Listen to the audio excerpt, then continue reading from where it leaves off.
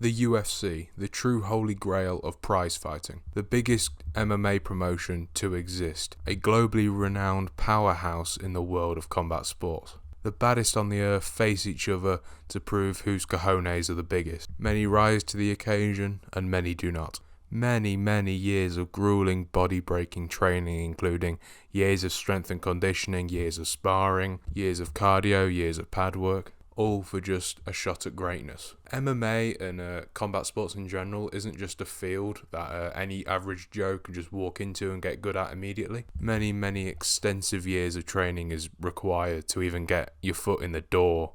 The fighters in the UFC today have all earned their surnames being on the front of the poster. They've all earned their big paychecks. They've all earned the limelight that they receive. It's rare to feel like a fighter doesn't deserve his place within the company.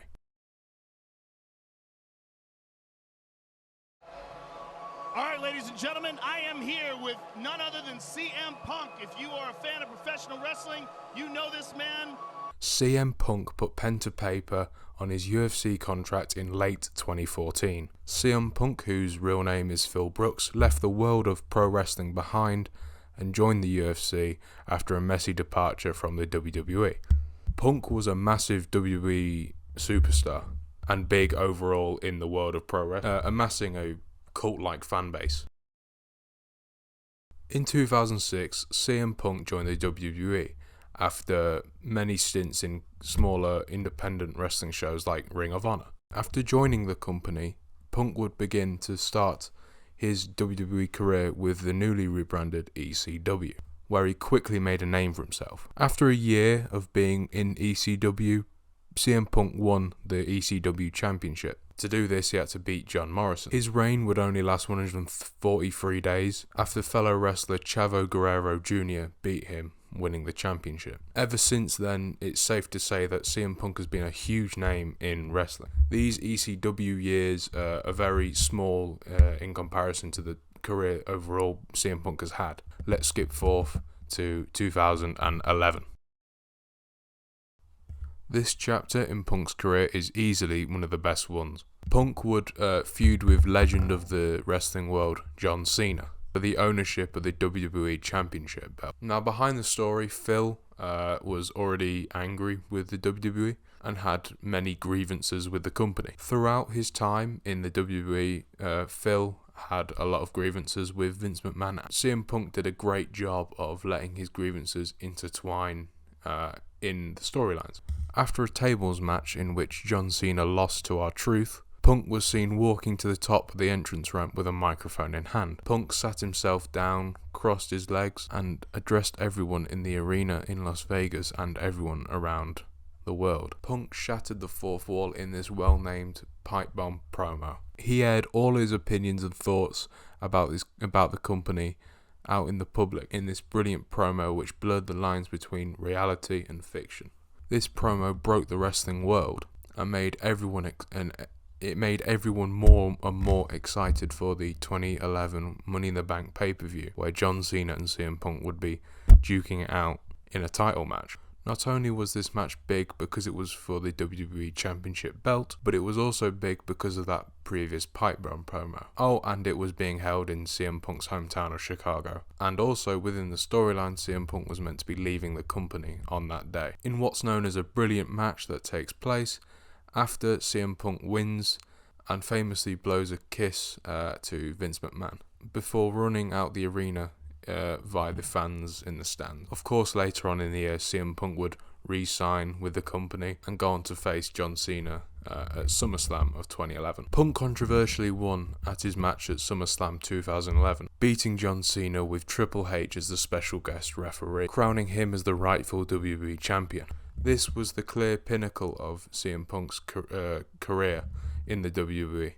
Clearly, alongside John Cena, CM Punk was the biggest draw within the company at the time. Pro wrestling was just CM Punk's world and everyone was living in it. CM Punk then feuded with The Undertaker, a feared, almost godlike figure in the world of wrestling. CM Punk vowed to end the WrestleMania streak of The Undertaker. Of course, CM Punk never beat the streak, but regardless put in a valiant effort. In an extremely good and underlooked match, in WrestleMania history. The Undertaker went from 19-0 to 20-0. Funnily enough, the year after, Brock Lesnar beat The Undertaker to make it 20-1. Around this time, CM Punk's career in WWE starts to fade slightly as he starts to feud with superstars lower down the card and pick up more and more injuries. This all leads to January of 2014. After the Royal Rumble pay-per-view, CM Punk, feeling disgruntled, went and tried to force his way out of the company. He decided to not show up to any contracted appearances. This then led to his termination, which was, funnily enough, given to him on his wedding day. Punk had real grievances with the company. Some he kept to himself, and some was used in storylines, such as in the Pipe Bomb promo. Big factor in why CM Punk left the WWE was down to his health. Punk was deteriorating not only mentally but also physically after numerous untreated concussions, messed up knees and multiple broken ribs. CM Punk's joy and appetite for pro wrestling had depleted and even died, even claiming on Colt Cabana's wrestling podcast in November of 2014 that he was the happiest he'd ever been after leaving pro wrestling. CM Punk wanted to start fresh in this new chapter of his life as he went and put pen to paper on his new UFC contract. Oh, wow. Good. Is brought to you by Modelo. Oh, he's got the back. Now.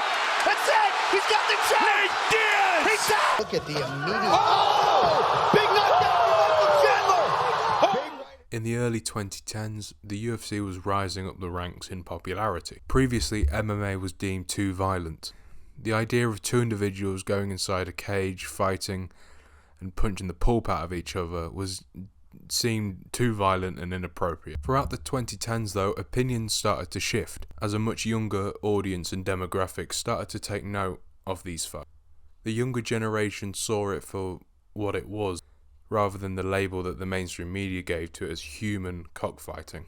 Personalities like Chael Sonnen, Luke Rockhold and Michael Bisping helped shape the UFC to what it is now, thanks to their brash, trash-talking personality. At UFC 181, which is the final pay-per-view of 2014, UFC commentator Joe Rogan surprised fans by bringing out CM Punk on the broadcast. On there, they broke the news that CM Punk had just signed a new deal with the UFC. It's safe to say a mixed bag of reactions happened after this. At the time, the women's bantamweight champion of the UFC, Ronda Rousey, was quick to hone in her opinions on CM Punk. Ronda Rousey was quick to show support for CM Punk and his new venture in his career. The same also goes for Michael Bisping, who shared his excitement for Punk joining the UFC. However, the same could not be said for Nate Diaz. Nate Diaz took Punk's new venture personally and believed that CM Punk was just intruding on his own soil. Look, dude, CM Punk is it's horrible for the sport. Punk gets to fight in the UFC. I don't dig it. You know, he is got no fights. I know he's a big draw. I looked him up, and everyone's gonna buy tickets. It's gonna be great for the venue and the UFC, but same time, it downgrades all the fighters. CM Punk was able to make millions in his time in the WWE doing fake performative wrestling, whereas Nate Diaz was getting paid fractional amounts of money in comparison, busting his ass in the UFC. He didn't deem it fair that CM Punk could just walk into the company and then expect to get paid a lot. Money in the UFC isn't distributed fairly at all. Each pay-per-view rakes in millions for the company, but fighter pay can be as little as $10,000, $15,000 if you're not main eventing or your surname's not on the poster. If you just put into perspective how much a fight camp costs for a fighter, all the gym bills, all the nutrition and food bills, all the personnel fees, like for nutritionists or trainers or campmates, and then you've got to tie in living costs. All these need to be feasible for a fighter to be able to pay and to make it their career. And this is a main reason why virtually it's so hard to get into the UFC and MMA in general. In Nate Diaz's eyes, CM Punk got the golden ticket. simply because of his name and not his ability. Ben Askren, who at the time was setting Asia alight with his stint in One Championship, he tweeted out critiquing the UFC for signing CM Punk but not himself. UFC President Dana White wouldn't sign Ben Askren for a multitude of reasons. One of them being that he felt Ben Askren had so little experience and needed a lot more before jumping into the UFC. But CM Punk managed to jump into the company with so little experience. We all know how Ben Askren's career in the UFC went, though. The fight clock is brought to you by Modelo. Despite the mainly negative reaction, CM Punk did not stop and joined Duke Rufus's gym in Milwaukee, Wisconsin. Duke's gym was the home base for a multitude of fighters like Tyron Woodley, the Pettis brothers, and also, funnily enough, Ben Askren. After a few months of commuting from Chicago to Milwaukee, eventually CM Punk decides to make the move, a 2-hour journey, to go live in Milwaukee full time. If Punk was going to make the jump to MMA, he really needed to do this to make that gym local to him. Yes, he had slight understanding of certain aspects of MMA, but when you're stood next to the people he was in the gym, like Tyron Woodley, Ben Askren, the Pettis brothers, he really knew nothing. In an interview with Sports Illustrated, CM Punk explained that being within close proximity to the gym was great. He also stated in the same Sports Illustrated interview that because he was mates with Duke Rufus before him signing the UFC contract, it made it a lot easier for him to get involved. CM Punk was set to fight at UFC 199, but because in a training session in August of 2015, that fight had to be postponed.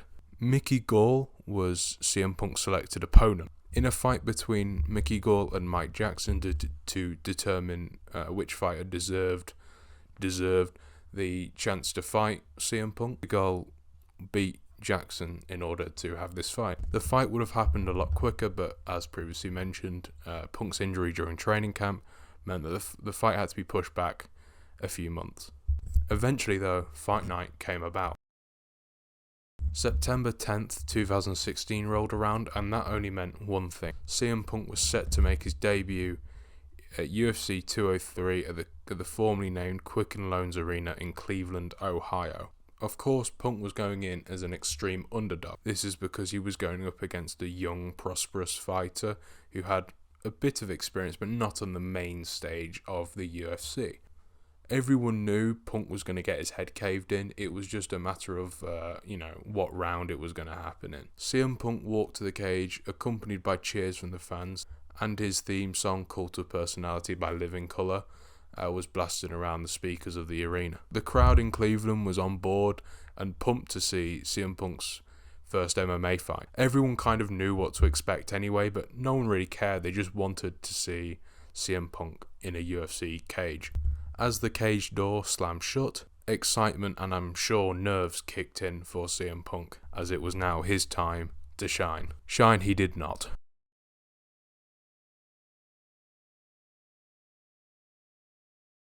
Gall went and submitted him in the first round with a rear naked choke. Mickey Gall had CM Punk on his back within the first 5 seconds of the fight, all thanks to a double leg takedown that Mickey Gall executed perfectly. Whilst on the ground, Gall landed some big shots and managed to sprawl with CM Punk before killing the lights of CM Punk's debut in the UFC with a rear naked choke submission hold. Gall's victory really showed the gulfing class between, someone who had practiced MMA for numerous years and someone who hadn't. It was way gone before it even picked up in the fight for CM Punk. After the fight, quite damningly, UFC President Dana White mentioned how CM Punk's next fight maybe shouldn't be in the UFC, and he also stated that the UFC was a tough place to learn, which of course it is, as it's a main stage, it's the biggest MMA promotions. So of course it's a tough place to learn. I know that you're not going to say a yes or no to this, but are you going to consider that his next fight would still be in the UFC? Is that an option? He probably shouldn't have his next fight in the UFC, Just like I said with Brock, having your first fight in the UFC is tough. And you see tonight, even if it's against the guy who's 2-0, you know, this is it's a tough place to learn. And nobody should be learning the sport in the UFC. Now, you may think CM Punk would join a small regional MMA promotion and, you know, honing his skills a bit before then jumping straight back in to another UFC event. You know, make a brute force comeback into the company, you know, have like 4 or 5 wins under the belt, brute force your way in and knock on the door, see what happens. But that didn't happen. And one of those key factors as to why that didn't happen was CM Punk's age. It was kind of now or never for CM Punk if you wanted to make it big within the sport. In his first fight against Mickey Gall, CM Punk was 37 years of age, and he wasn't getting any younger. All the talent pool around him would have been 10, 15 years younger, with 10 more years of experience in the sport, and obviously that's very much crucial. CM Punk spent a lot of time sat on the sidelines, biding his time and training for an eventual comeback in the sport. By doing this, he remained hopeful that eventually the UFC would come into contact with him again and, you know, set up a fight for him. In 2018, this did happen, and CM Punk was offered a fight against Mike Jackson. You may remember him as being Mickey Gall's opponent that he had to beat to be able to face CM Punk. UFC 225 took place in CM Punk's hometown of Chicago. Honestly, this is probably one of the only reasons why CM Punk was put back into the UFC. Every time CM Punk would be in Chicago for a WWE event, like in the past, Chicago would turn up and scream his name like no other. So for a way to sell pay-per-views, this made sense for Dana White to do. To a degree, Punk kind of held his own in the fight with Mike Jackson, at least in the first round. He was desperately trying to throw double leg takedowns, and the majority of them were extremely unsuccessful until right at the very end of the first round. Punk's form disappeared very quickly after the start of round 2. And Mike Jackson seemed to cling on to this and started to try and embarrass Punk. That's big. He wasn't able to hold him there, but I think that's where he needs to fight this fight. Like this. Because either way, now they're on the ground, and this is not... But we're also seeing a guy whose gas tank is rapidly emptying on his back. Another guy's on top of you. Incredible. It's very rare in the UFC that, you know, at round 2, your opponent's gassed out, like CM Punk was. Whether this be down to his conditioning, his cardio, or just his age. Instead of cleaning up the fight, as a fighter should do in this situation, just go for the knockout or just try win as quickly as possible. Jackson didn't do this and wanted to make a statement out of CM Punk. He was very much happy with toying and dragging CM Punk throughout the fight, and eventually making it to the final round. I mean, just look at some of these punches and some of the action in the fight. Defense, to me, as an instinct, if you have any, it's just easier, General. All right, bring my elbows in and get my head up. The offense shrimp out, white belt 101 stuff. Come on. We're talking basics, Joe. Yeah, we're talking base shrimp your hips. Well, it's not like MMA techniques. There are 2 kinds of mixed martial artists, essentially guys that come in with a specific background and guys that start young and learn everything. Not only does this embarrass CM Punk, but it also embarrasses Jackson. Jackson did win the fight at the end after a decision from the judges, but that didn't stop the crowd from booing and jeering Jackson in Chicago, CM Punk's hometown, of course. The crowd became very bored during the fight as well, as Jackson was virtually doing nothing against an opponent which was doing nothing as well. Funnily enough, 3 years after the bout had completed in 2021, Jackson was stripped of his win and it was deemed a no contest after the announcement that Mike Jackson tested positive for marijuana on fight night. For whatever reason, they didn't announce it like the day after or a month. They announced it 3 years after, probably to keep the CM Punk's career under the rug, as so to speak, so that we don't think about it. But it's a bit weird how it took so long. After the event, Dana White, UFC president, was in a press conference and was very quick to point out that CM Punk and Mike Jackson won't be fighting in the UFC ever again.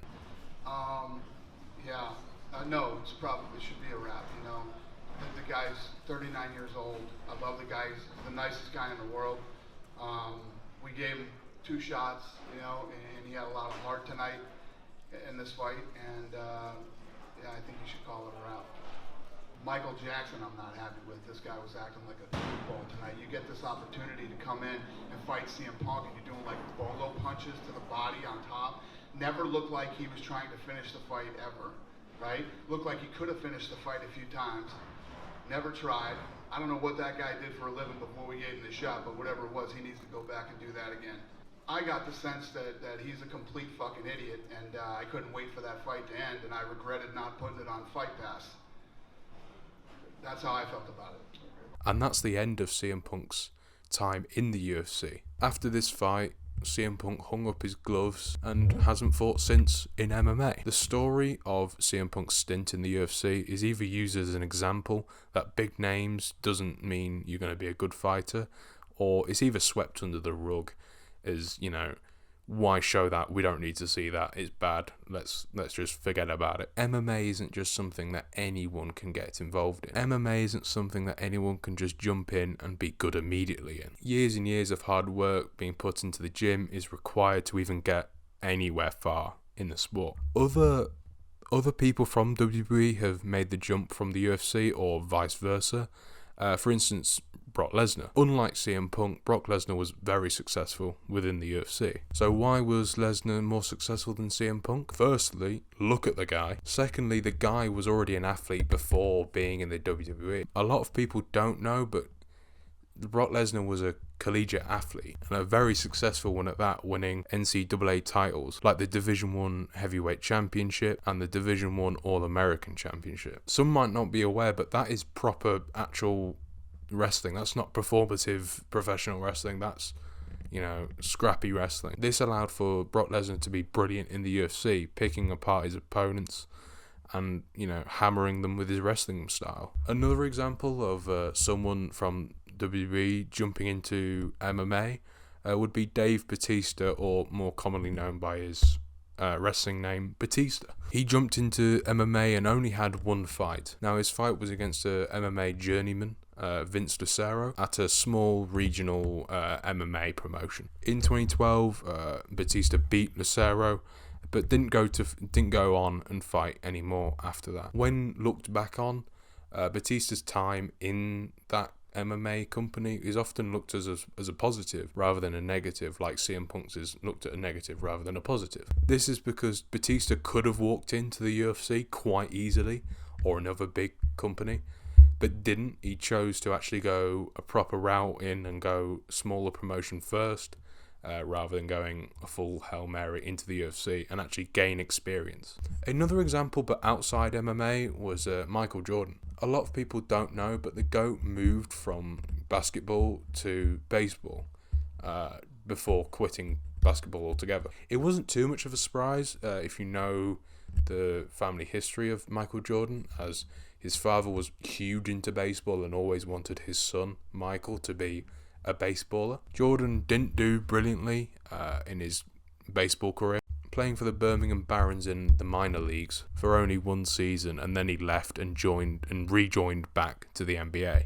It's hard for athletes to jump ship from different sports and different, you know, disciplines. It's not as easy as just because he's an athlete, oh okay, he can just jump from one, because obviously it requires experience, training, and all of that. Punk had no experience in MMA. I mean, the only thing whilst researching, I found was he did a little bit of karate before his wrestling days, but even that was a very small claim. I couldn't really find anything too concrete on that. Next to anyone in the UFC's roster, CM Punk was just a guy off the street, effectively. Looking back on it all, it's crazy that someone with so little experience can just walk into the main card of a UFC event and have fights. But then again, if you're Dana White, if it makes money, it makes sense, you know. CM Punk was a huge gimmick for the UFC, only really there to dangle as a carrot in front of the